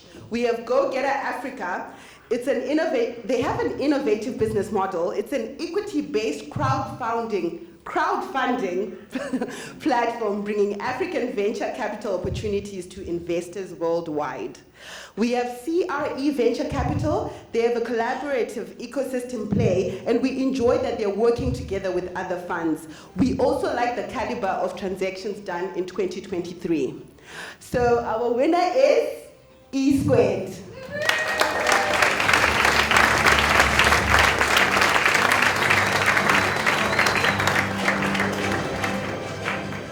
Where is Sipo? Okay. I think Sipo left the room for a bit. All right, and then last but not least, we have Best Late Stage Investor of the Year for 2023.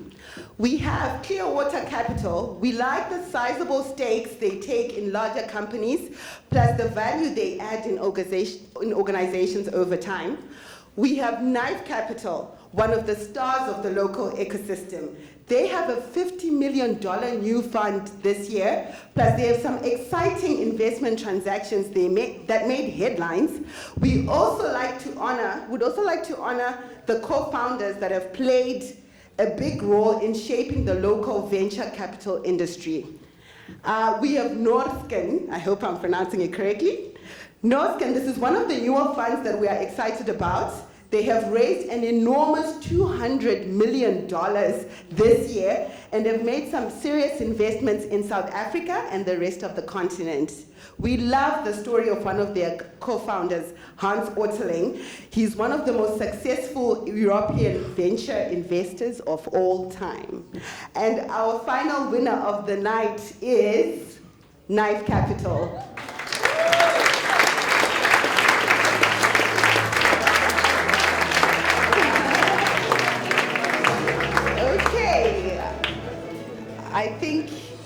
I think they're out, but well done to all the winners, and thank you for this opportunity. Oh, yes, Sipo, please come get your award. Please wait. Yes,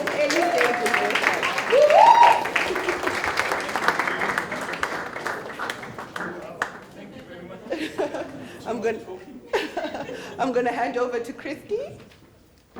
Right. Wow. Thank you so much, Lorraine. It's so exciting to just honor these incredible founders and entrepreneurs and funders that are they're making this possible. So thanks so much for that amazing session. And I think that brings us to the close for this evening. And I think let's just give our speakers a round of applause.